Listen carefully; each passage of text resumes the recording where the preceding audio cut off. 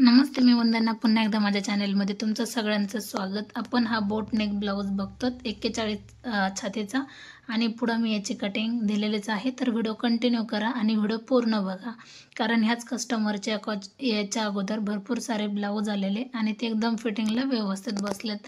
तर आपण बोट नेकमध्ये हा ब्लाउज सिंपल पद्धतीने कटिंग केलाय। तर आपण बॅक साइड बघू शकतात अशी आली आणि फ्रंट साइड पण मी तुम्हाला दाखवते आणि याची फ्रंट साइड बघू शकतात अशा पद्धतीने आली। खूप सुंदर हा ब्लाउज आलाय आणि कस्टमरला आवडलेला ब्लाउज आहे। तर कंटिन्यू याची कटिंग बघा आणि व्हिडिओ आवडला तर लाईक शेअर सबस्क्राइब करा। तर कटिंग व्हिडिओ पूर्ण पहा। नमस्ते, मी वंदना, माझ्या चॅनलमध्ये तुमचं पुन्हा एकदा सगळ्यांचं स्वागत। फेसबुक चॅनल आपलं नाव आहे वंदना गायकवाड आणि आपलं यूट्यूब चॅनलला आहे ब्लाउज फिनिशिंग। ह्या दोन्ही चॅनलमध्ये तुमचं सगळ्यांचं स्वागत। आपण बघणार आहोत 41 चेस्ट मध्ये प्रिन्सेस ब्लाउज कटिंग, ते पण बोट नेक मध्ये। ब्लाउज 41 आणि 42 आपण दोन्ही पण ह्या हिशोबाने कटिंग करू शकतात। अशा पद्धतीने मी तुम्हाला माप सांगते आणि व्हिडिओ आवडला तर नक्की लाईक करा, शेअर करा, सबस्क्राइब करायला विसरू नका आणि माझी कटिंग कशी वाटली नक्कीच कमेंट करा। तर कंटिन्यू करा। सगळ्यात अगोदर आपल्याला उंची टाकायची। तर कस्टमरची उंची आहे 15 इंच, आपण हा ब्लाउज 14 इंचावर शिवतोय। तर तुम्ही उंचीमध्ये कमी जास्त करू शकतात। आपण 14 इंचाचा ब्लाउज लागतो तर आपण 15 इंचावर मार्किंग करू। आता बोट नेकचा प्रॉब्लेम काय असतो का माप घेता आलं पाहिजे शोल्डरचं। तर तुम्हाला अंदाजानुसार सांगते का 41-42 मध्ये आपल्याला 16 पर्यंत शोल्डर येऊ शकतात। तर तुम्ही त्याच्या डायरेक्ट निम्म जरी केलं तरी पण चालतंय। समजा आता कस्टमरचं शोल्डर आहे 16 इंच, तर मी इथं 8 इंच घेतले। तसंच आपण खाली एक लाईन आखून घ्यायची। आता आपल्याला गळा टाकायचा आहे। अगोदर गळा टाकायचा आपल्याला 4 इंच।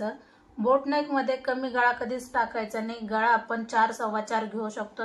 मी 4 इंच घेतले, एकदम परफेक्ट ब्लाउज बसतोय, कारण कस्टमरने याच्या अगोदर पण ब्लाउज माझ्याकडून शिवून घेतलेले आहेत।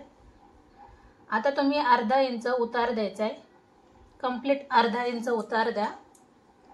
कधी पण आपण बोट नेक ब्लाउज किंवा कॉलरचा ब्लाउज शिवतोय तर उतार आपल्याला शोल्डर कडच्या बाजूने आला पाहिजे, गळ्याकडून नको आहे।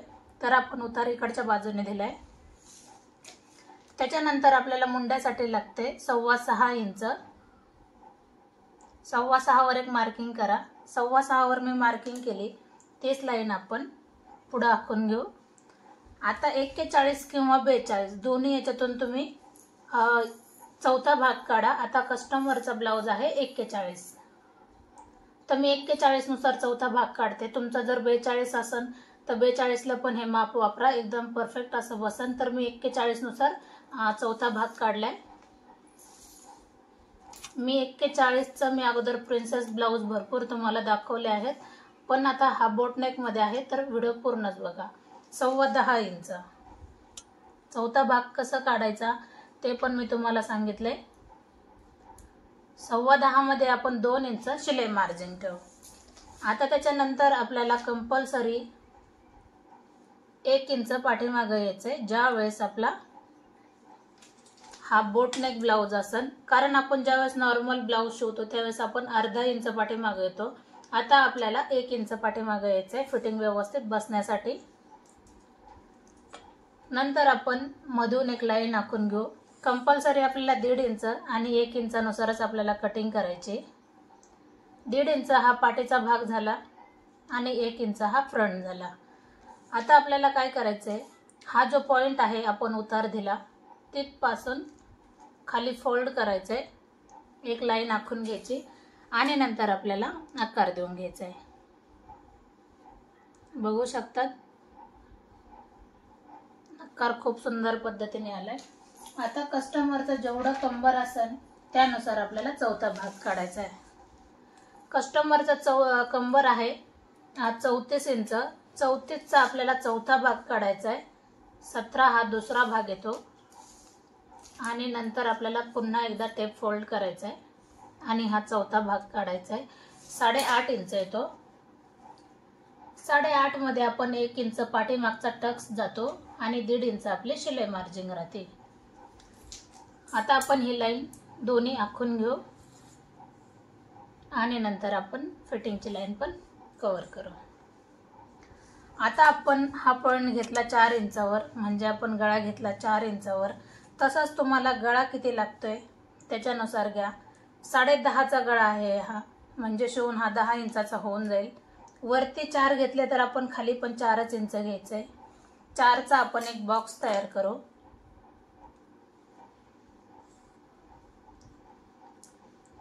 नॉर्मल ब्लाउजला आपण अर्धा इंच खालच्या साईडला जास्त घेतो, तर याच्यामध्ये वरती 4 घेतले, खाली पण आपण 4 घेतले, बरोबर. आता आपल्याला काय करायचंय, गळ्याला डिझाईन करायची. तर 2.5 इंच मी इथं एक मार्किंग करते. 2.5 इंचाची मार्किंग केली. पुन्हा एकदा इकडच्या बाजूने करते, म्हणजे खाली वर व्हायला नको. आणि एक आपण बॉक्स तयार करू, बरोबर. आता आपल्याला काय करायचंय, जास्त डीप गोल पण नाही घ्यायचा. आपल्याला 1.5 इंचावर एक मार्किंग करायची. तुम्ही एक सरळ लाईन आखून घ्या तरी पण जमते. आणि नंतर 1.5 इंचावर मार्किंग केल्याच्या नंतर हलकासा याला आकार द्या. एकदम डीप गोल पण घेऊ नका, बरोबर. आता आपल्याला परत अजून एक डिझाईन टाकायची, याच्यामध्ये आकार द्यायचा आहे. आता याच्या निम्म आपल्याला पॉईंट द्यायचा, जो काही पॉईंट येईल याच्या निम्म. त्याच्यानंतर आपण ही लाईन आपल्याला ह्या पॉईंटला जोडायची आणि ही लाईन आपल्याला ह्या पॉईंटला जोडायची. अशा पद्धतीने कटिंग करताना आपल्याला इथपासून इथपर्यंत, इथपासून इथपर्यंत आणि नंतर इथपर्यंत. आता मी तुम्हाला गळ्याची कटिंग डायरेक्ट दाखवित नाही, कारण मला फ्रंट भाग काढल्याच्या नंतर मग मी गळा कट करते. त्याच्या अगोदर आपण बाकीचं कटिंग करून घेऊ. खूप सिंपल पद्धतीने तुम्हाला मी दाखवण्याचा आणि सांगण्याचा प्रयत्न करते, कारण सगळं काम मी कस्टमरच्या कामावर दाखवते आणि जसं कस्टमरचं काम येईल त्यानुसार मी तुम्हाला शेअर करते. बघू शकतात, पाठीचा भाग आपला हा एकदम व्यवस्थित निघलाय. आता 41 ते 42 चेस्ट आहे.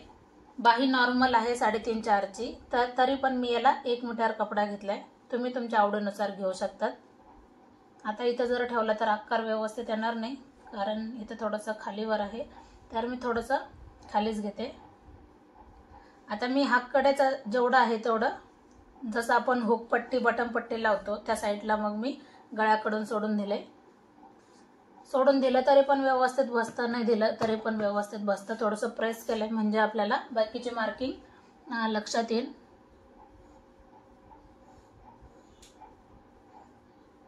जसं आहे तसं आपल्याला टोटल आखून घ्यायचंय. व्हिडिओ अजिबात फास्ट करीत नाही, समजून असं सांगण्याचा प्रयत्न करते.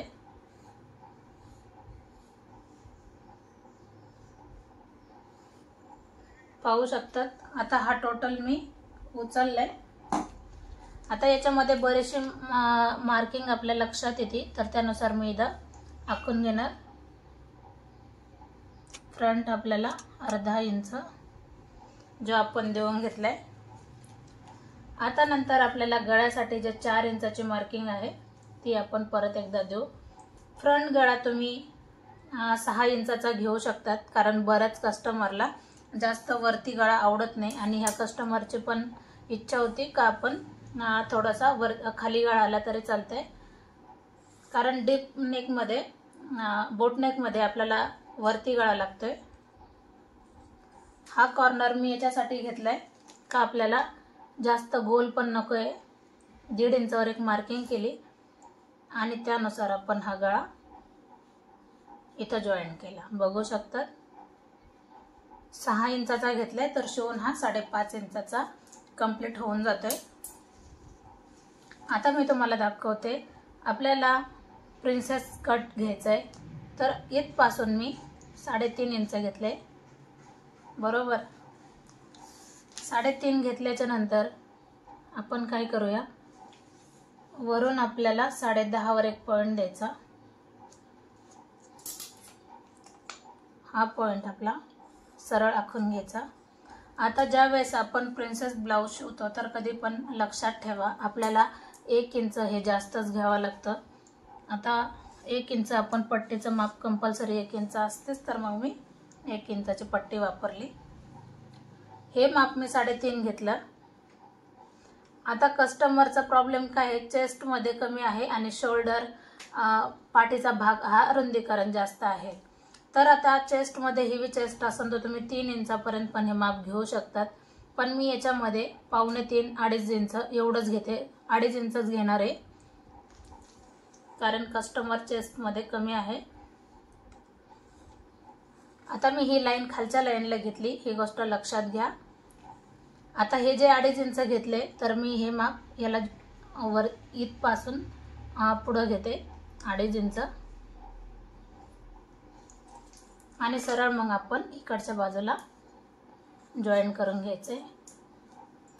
आता फक्त फ्रंट मध्येच आपण हे केले, 2.5 इंच जे हे माप आहे ते इकडे घेतले म्हणजे टक्स जोडल्याच्या नंतर ही जी जागा कमी पडते याच्यामध्ये भरून निघते।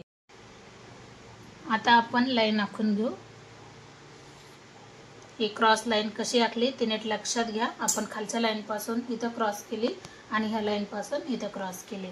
आता नंतर आपल्याला मोंड्यासाठी प्रिन्सेससाठी आकार द्यायचा आहे, तर तो आकार देताना व्यवस्थित द्या।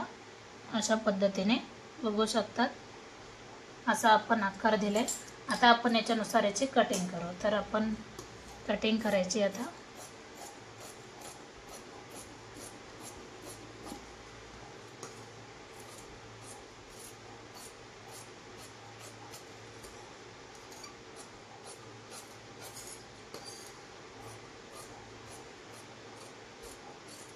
कटिंग करताना जसं आपण आखून घेतले त्यानुसारच आपल्याला कटिंग करायची।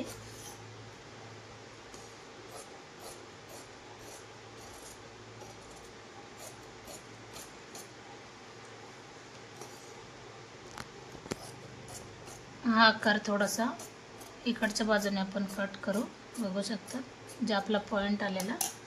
अशा पद्धतीने हा प्रिन्सेस बोटनेक मध्ये एकदम रेडी आहे।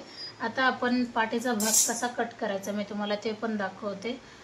आता आपलं पूर्ण आखून झालंय तर मी तुम्हाला दाखवणार। आता हा गळा मी आत्ताच कट नाही करत कारण मला अजून मेन फॅब्रिक पण कट करायचं राहिलंय। आपण अशा पद्धतीने गळा कट करू शकतो किंवा मी वरची साईड का बरं ठेवली ही, तर ज्या वेळेस मी ब्लाऊज पिसावर टाकेन तर मला अशा पद्धतीने व्यवस्थित हा जो भाग आहे व्यवस्थित पडतो आणि ब्लाऊज कटिंगला व्यवस्थित जातो आणि स्टिचिंगला पण व्यवस्थित जातो।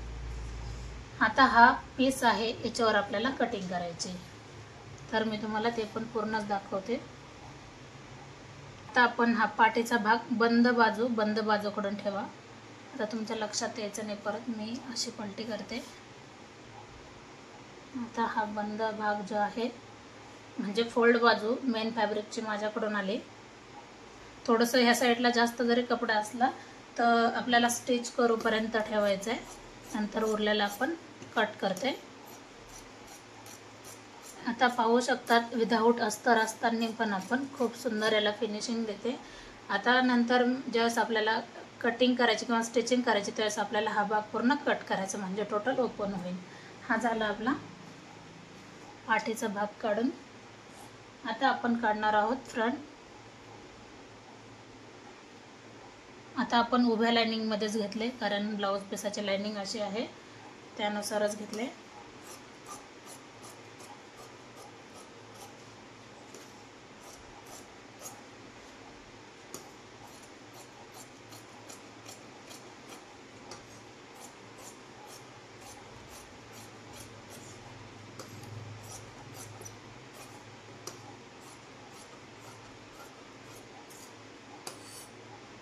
कधी पण लक्षात ठेवा खालची साईड वरची साईड। आता आपल्याला फ्रंट कट करायचा आहे। नंतर ज्यांनी बाही व्हिडिओ पाहिले नसतील, स्लीव्ज व्हिडिओ पाहिले नसतील त्यांनी जाऊन बघा, सोपी पद्धत आहे आणि खूप सुंदररित्या आपण बाही कटिंग करतोय। जसं तुम्हाला ॲडजस्ट होईल त्यानुसार जरी ठेवलं तरी पण चालते। बाही कटिंगचे व्हिडिओ बघा म्हणजे तुमच्या लक्षात येईल। जसं आपण नॉर्मल पद्धतीने मोंड्याचा आकार चेक करून आपण घडे टाकतो त्यानुसारच आपल्याला घडे टाकून बाही कटिंग करायची, वेगळं काहीच नाही। तर व्हिडिओ जास्त मोठा होतोय म्हणून मग मी बाही कटिंग दाखवत नाही। तर पुन्हा भेटू आपण नवीन आणि चांगल्या व्हिडिओमध्ये, तोपर्यंत नमस्ते।